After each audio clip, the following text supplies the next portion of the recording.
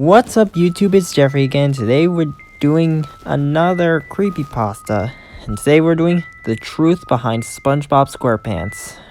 I bet you've heard about the TV show Spongebob Squarepants. You know, the show about a talking sponge named SpongeBob who goes on adventures with his starfish friend named Patrick and the always unlucky Squidward.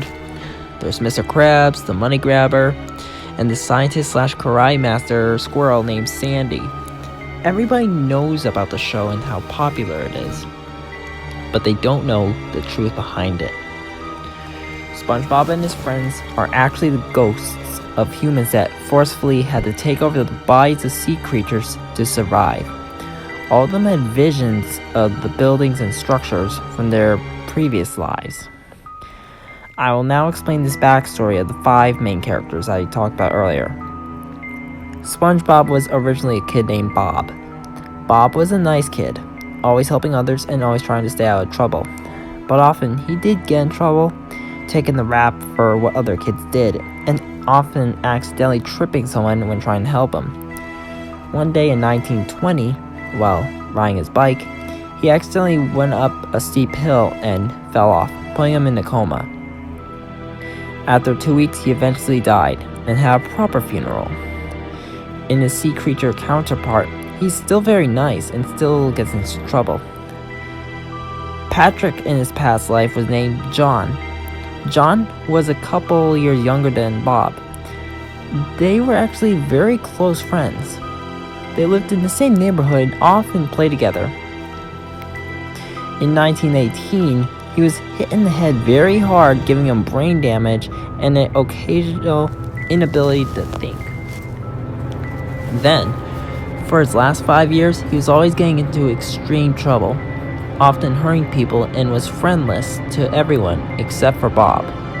Then in 1923, when he was having a moment of stupidity and climbed onto a roof. He tripped and fell off the roof, cracking his head and eventually killing him. In his sea creature counterpart, he still acts dumb and is only friends with SpongeBob. Squidward's human name was Dan. Dan was the sore thumb of the bunch, never playing with the other kids. He was always lonely, with no friends except for his clarinet and teddy bear named Zippy. Dan had a severe heart condition that would eventually lead him to his end. His heart was so weak that if anything surprising happened, if he got startled, he could have a heart attack. One night in 1930, where he had a dream where Zippy was murdering him. This scared him so much that he woke up with a severe heart attack, which killed him. In his sea creature counterpart, he still gets scared often, and his only friend is his clarinet. Jim was the name of Mr. Krabs' human counterpart. Jim was from a wealthy family. Despite his family fortune, he was a money grabber and a pickpocket, often taking people's money and running off with it. He was always behind the rest of the family, having a mild mental condition. He also really loved piggy banks and cash registers, and owned a pet whale in a large fish tank. Because of these issues and oddities, he was laughed at by his whole family.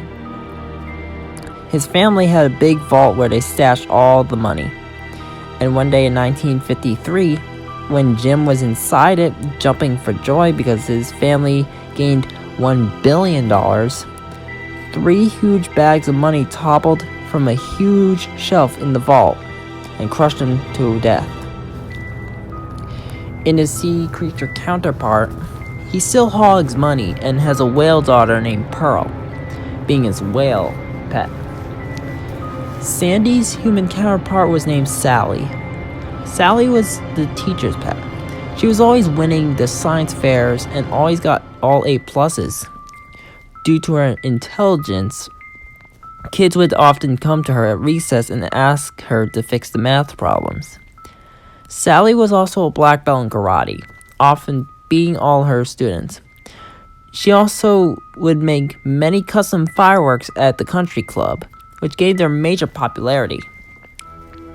Sally was on top of the world. In karate, in year 1969, Sally was fighting a master. She was doing well until she got kicked extremely hard in the chest, breaking her ribs and making her unable to breathe. This eventually killed her. Even though she isn't a sea creature, in her squirrel counterpart form, that is, she was still able to build a tree dome and be a karate and science master. There are many other sea creatures who contain the souls of dead children. For example, Pearl, Plankton, Larry.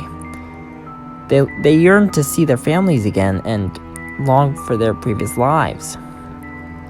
Maybe one day, when their fish form dies, these mournful souls will take over the new baby of their previous mother. If they cannot, however, they will be trapped in a fish pie forever, roaming alone across the 7 seas. Well, that was something. Now, I'm kind of surprised that this is like one of those truth behind specific like show or game criteria or just anything in general. Like, I'm kind of surprised it didn't have the blood and gore aspect that most creepypastas have. I mean, well, technically, there might have been a gore aspect when when Jim, who was Mr. Krabs, got crushed by 3 stacks of money. But I digress.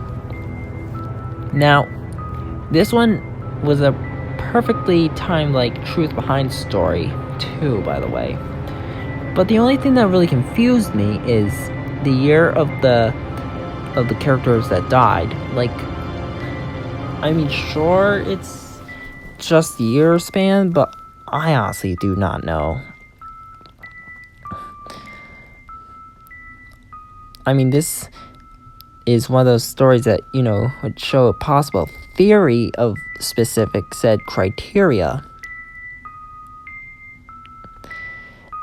And the other thing that I noticed is there wasn't really blood in this story mentioned either, because usually creepypastas have blood, but this one didn't.